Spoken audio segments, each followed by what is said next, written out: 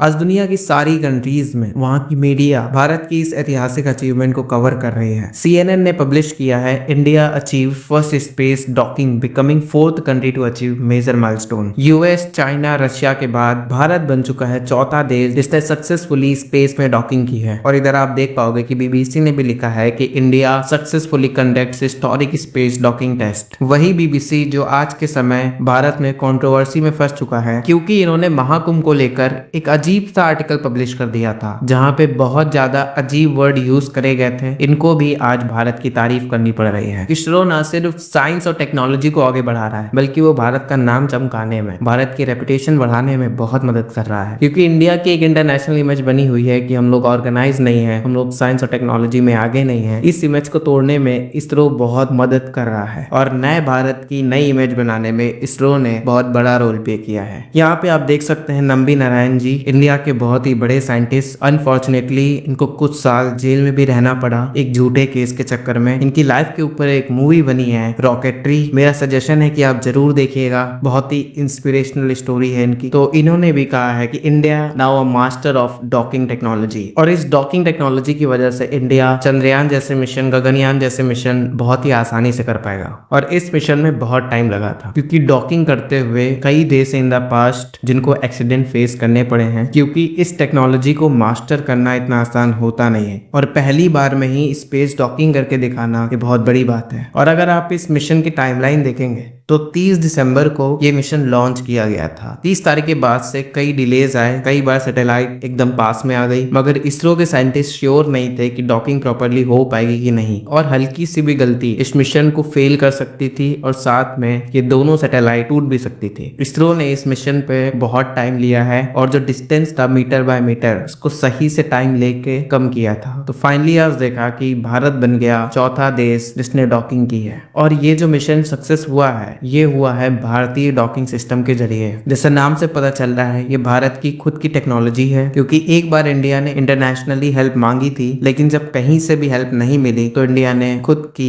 Docking system develop किया। और नंबी नारायण जी ने जो ये बोला है कि हम लोग मास्टर बन चुके हैं डॉकिंग में, वो इसलिए बोला है क्योंकि जो डायमीटर था डॉकिंग पोर्ट का वो 450 mm का था, लेकिन जब हम लोग बड़े मिशन करेंगे इन द फ्यूचर वो यूजुअली 800 mm के आसपास का होता है। तो जो भी इंडिया फ्यूचर में स्पेस स्टेशन बनाएगा तो वहां पे इंडिया 800 mm के डॉकिंग पोर्ट्स को इस्तेमाल करेगा। और ये मिशन तब ज्यादा हार्ड होता है जब डॉकिंग पोर्ट बहुत ही कम mm की होती है, और जब ज्यादा mm की होती है तो वो मिशन बहुत ही इजी होता है। इसीलिए आप समझ सकते हो कि नंबी नारायण जी ने क्यों बोला इंडिया मास्टर द डॉकिंग। मतलब कि इंडिया ने जो सबसे हार्ड लेवल था उसको क्रॉस कर लिया है। अब जितने भी मिशन होंगे फ्यूचर में वो बहुत ही स्मॉल लेवल के होंगे, मतलब कि जो उनका डॉकिंग पोर्ट होगा वो 400 mm से ज्यादा के होंगे, इसीलिए वो मिशन बहुत ही कम रिस्की होंगे। धन्यवाद।